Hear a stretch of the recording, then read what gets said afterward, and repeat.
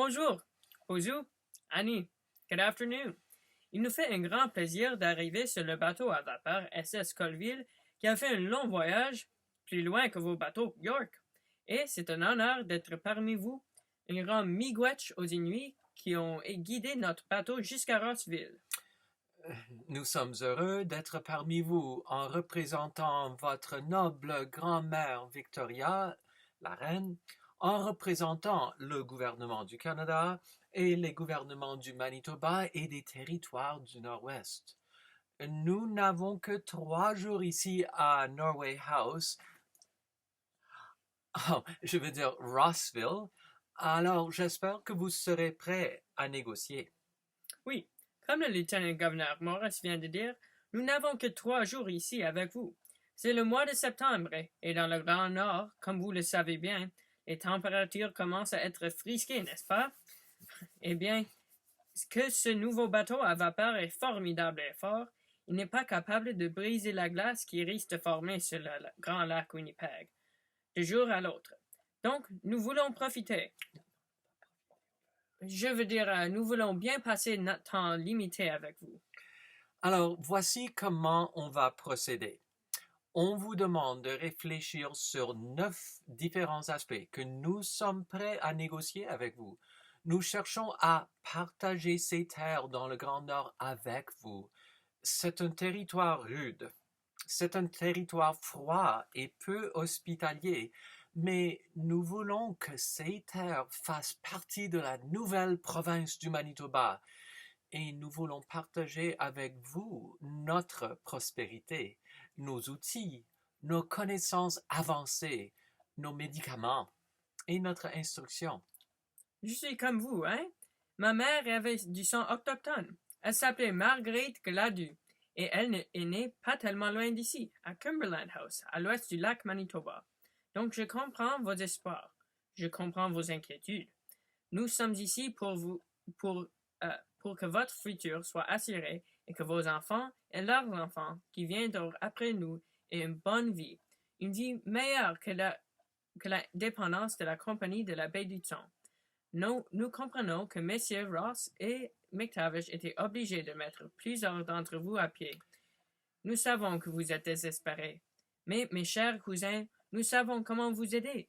Faites-nous confiance. Alors, oui, comme nous disions, nous avons 9 différents sujets à négocier.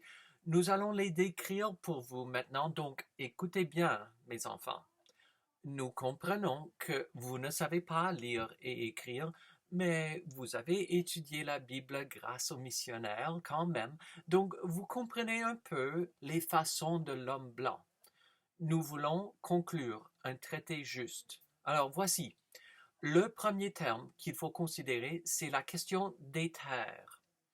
En échange pour vos terres traditionnelles dans le Grand Nord, votre noble grand-mère propose vous donner des terres réservées, juste pour vous, et seulement pour vous, dans le sud, dans la province du Manitoba, près du même lac que vous naviguez aujourd'hui, derrière nous là. Ces terres réservées pour vous seraient à Fisher River. Fisher River, quel bon nom, hein? Y a-t-il parmi vous qui êtes pêcheur? Eh oui, bien sûr.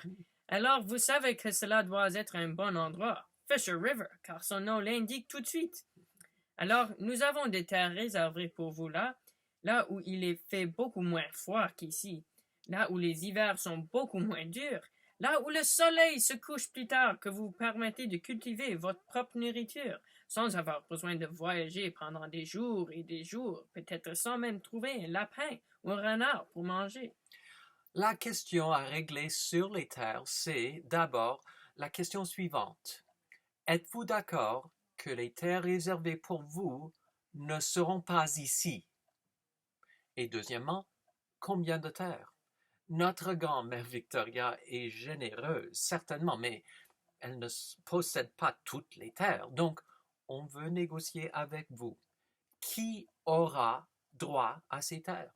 Combien d'acres de terre? Pour combien de personnes dans chaque famille?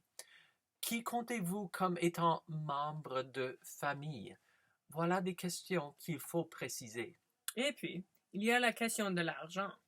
Nous savons que vous ne voulez pas vivre uniquement par votre dur labour, que vous avez envie d'acheter des outils, des couvertures, des armes pour faire de la chasse, peut-être des vêtements pour vos cérémonies à l'église méthodiste. C'est pour cela que votre noble grand-mère Victoria propose vous donner une somme d'argent chaque année pour payer pour ses besoins. Mais combien par année? À qui? Dans la communauté? Voilà une question à laquelle vous devriez aller à un consensus. Et puis, troisièmement, la question des écoles.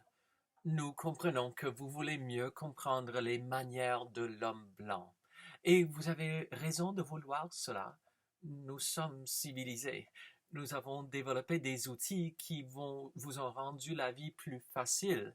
Donc, notre gouvernement est prêt à offrir à vos enfants une éducation, une bonne éducation.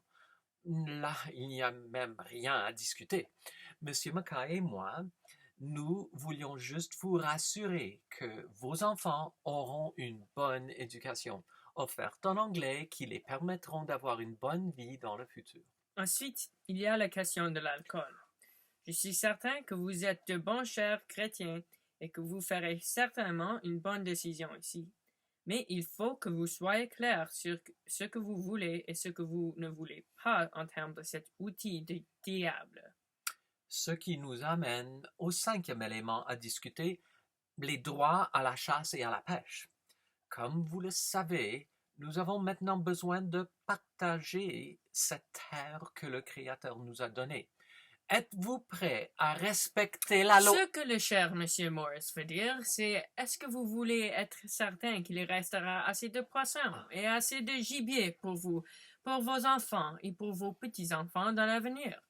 C'est ça qu'on veut établir dans ce traité. C'est ça, Monsieur Morris. Merci. Ou Watchet?